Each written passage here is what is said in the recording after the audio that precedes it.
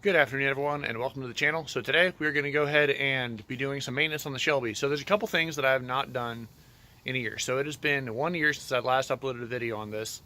I did Amsoil 5W50, I believe. Yep, 5W50. And then it's been in here for about 1,000 miles, or sorry, 4,000 miles.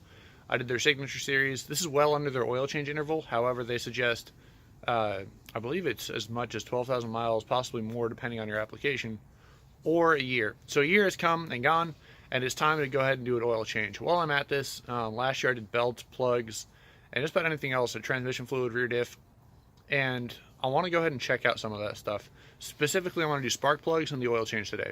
So I also went ahead and ordered a oil analysis kit from Amsoil as well.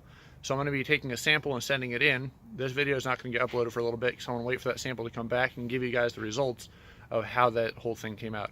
So I'm going to go and throw you on time lapse real quick while I go ahead and do this oil change, and then we're going to check out the spark plugs, see how they look, and then after that, do the oil analysis, explain how that works, and then we'll be done. So pretty short video today, hopefully, and if there's no complications, we're going to go ahead and get this beast underway and get some maintenance done, and then go do some fun racing.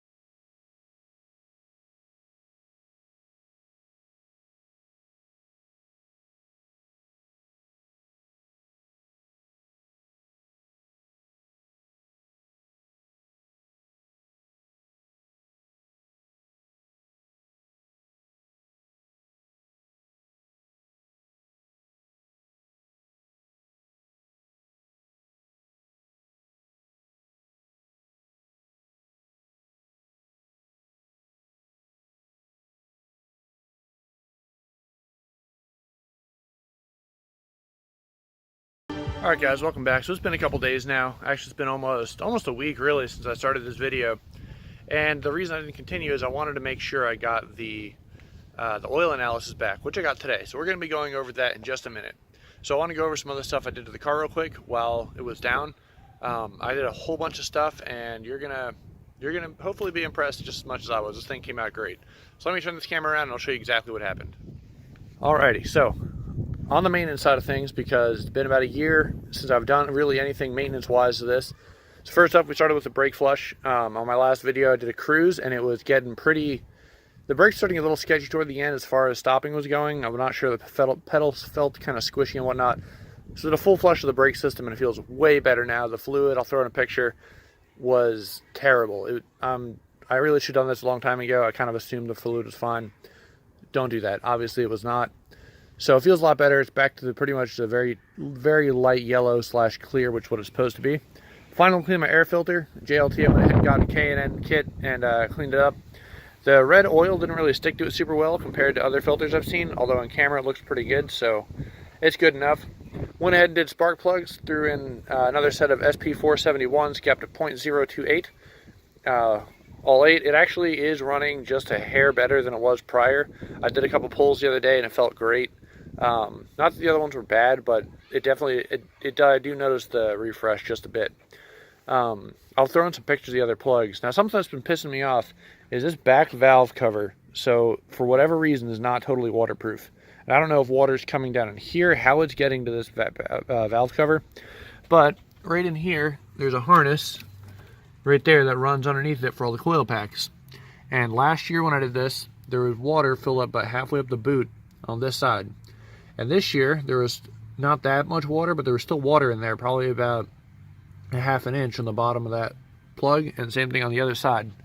So I don't know what that's about. I tried to realign the grommets again. Hopefully I did it better this year than I did last year. I'm just gonna have to keep an eye on it.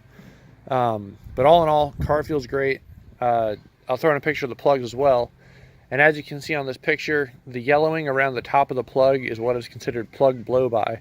So what happens is the ceramic and steel start to separate just a hair, and it starts letting compression out through the plug. The ones I had last year were way worse. They were NGKs. These have the same thing, Motorcraft. So I'm not really sure what's up with that either. I just need to make sure I monitor the plugs. This is a higher horsepower car. Not high by any means, but like higher than your average around 700 wheel. So that's understandable. But yeah, then the last thing, I got in touch with a buddy of mine, really good dude, and we went ahead and did a full detail on this car. Now, it's a little dirty right now because it's been sitting here and I haven't got the proper wash yet to go wash it. But we went ahead and did a ceramic coat. So we did a cut, polish, and ceramic coat. Now, I'd consider this a stage 1, where we didn't take out everything, but we did take out a substantial amount of the surface, and love marks are all over this car because it's been through a couple owners. People love this thing, which is cool. What's not cool is they don't know how to clean it properly, so you get a ton of scratches everywhere, and I'll throw in a picture in the sun and you can see how bad it is. But right now, I mean, it looks really good. This paint is borderline flawless. There's still some heavy scratches in a couple areas, but this car has been cut and polished many years ago, and I don't know how much clear is still on this car. So we didn't want to go anything too crazy. We just wanted to remove the very surface scratches, and then I did a ceramic coat on top of it. I'll throw in the link to the kit down in the description, and it's done. It came out really well. I tried some water on it a while ago. It's pretty hydrophobic, as you've seen in the other videos. There's a little bit of wax right there. I used a detail wax. You're not supposed to do this. The wax isn't great for this stuff. I'm just going to come off as soon as I watch it. So it's spray wax. It's nothing crazy. And then I also got a new line. And then I also got a new product for the plastics, because I've sicked the back to black because it was doing terrible. And so I didn't apply it super great in here. I need to go over this again. It didn't come out even. It was getting dark on me. However, the rest of this is looking great. All the plastics down here look great. Plastics over on this side all look great. Mirrors, everything. Like, this whole thing came out amazing. Obviously I have to wash the car again. It's black. It gets wet here every so often because we're in freaking North Carolina. But yeah, guys, so that's an update on the car. So I'm going to go ahead and show you the oil analysis reports now, and we'll continue on with this. Alright, so I went ahead and sent this off to Amsoil for their oil analysis. They go through a different company, but I mean, it's Amsoil stuff. They sell it on their website and everything. Now, I might do Blackstone in the future. I do have a kit right here. Blackstone has a better layout. They kind of show you, it's vertical. They show you everything down. They show you where your range falls on a scale. And then they also tell you the national averages for that oil and motor. So you can kind of get an idea of where you're at. This is a little less useful. So it's black and white, but bear with me. So up here we have our normal wear. The 2, which is supposed to be yellow, is abnormal, and then 4 is critical, like you have a big problem. So I have 2 that came up as abnormal, and I'll go over those in a second. So remember, this is only 4,000 miles. This oil was in here for about a year, and that's about it. So we're going to go over everything real quick. So these are wear metals. These are what you consider from here over stuff that would wear in the motor. just looking at everything in here, compared it to one of the Blackstone reports just to see what it was, and these are all much lower than the national average. So I'd argue this motor's in very good health. Now, where it comes down to a few things, so this stuff, boron, I was trying to figure out what the heck that was. Turns out it's an oil additive, and the reason they have it highlighted, so these are the two things highlighted yellow right here. This is highlighted green. This, I believe, is also green for, so it's a little higher than normal, but still normal.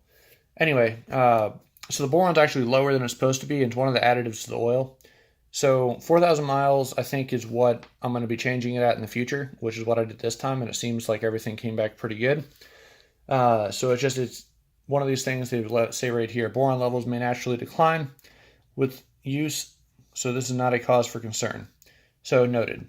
And then the other thing is they has fuel dilution has caused viscosity to decrease moderately. Full dilution is at minor level. So meaning it's not a big deal, but the oil viscosity has decreased slightly. So again, this has been over a year. This car is not beat on hard necessarily, but when I do drive it, pretty much every time I drive it, there's at least 1 watt pull involved.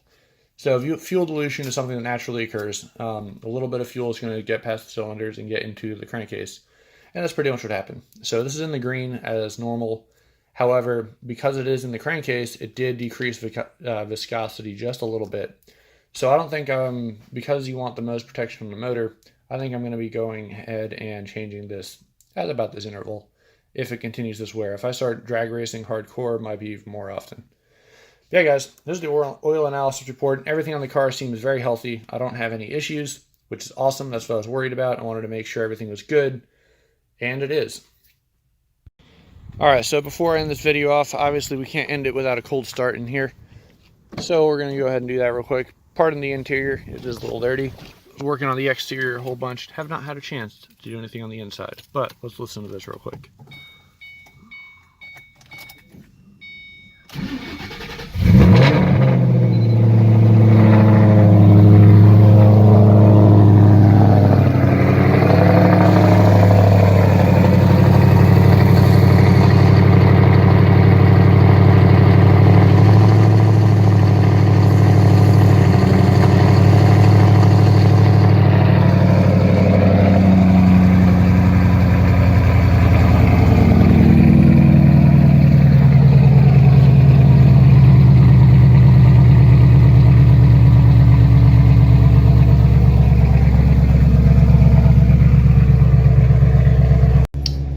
Gotta say, I'm a pretty big fan of those cold starts.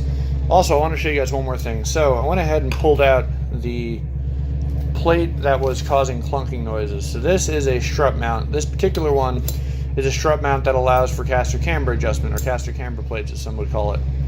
So you have your bearing, or rather this presses against the spring on the top. This whole contraption goes against it like so, and then it sits somewhat like that. Now, what was causing my noises was this bearing right here. I don't know if you can see all that moving around. Very loose. It wasn't this bad. I pulled out some of the stuffing because I was trying to figure out what was up with it. All they have lining that is this material right here, which is all messed up. So I went ahead and threw in an OEM one, and my noise is completely gone. These are J&M products, I believe, caster camber plates. They have since come out with a new design. However, I've not been able to get in contact with them. I've sent them a couple emails now about trying to get a replacement one of these. So I don't need, and see if they have a warranty or anything like that. No luck so far, so I probably won't be buying from them. However, I just thought I'd get knocked that out too. But yeah, everything is good so far, and it's driving like it should over bumps. No more weird noises or anything like that. But that thing's like super loose. The other side, for reference, is like it's very tight. It's hard to move it with your finger. Anyway, guys, thanks for watching. I hope you found this video kind of informational. I just wanted to share the health of my Shelby and see how everything's doing after about a year of kind of beating on a little bit and just enjoying the heck out of this car. So I absolutely love this thing. I hope you guys too, and love to follow along on the build. I got a lot coming in the very near future. Not so much performance-wise, but just a lot of changes in life in general. So hope you guys want to follow along for the build and everything else that's going on. If you have any questions, please leave them down below, and I'll do my best to get back to you. By all means, am I not an expert at this stuff? This is something that I'm just kind of making observations with. So take it with a grain of salt. If you don't like the video, go ahead and hit the like button. feel free to subscribe, and I'll see you guys in the next video. Take it easy.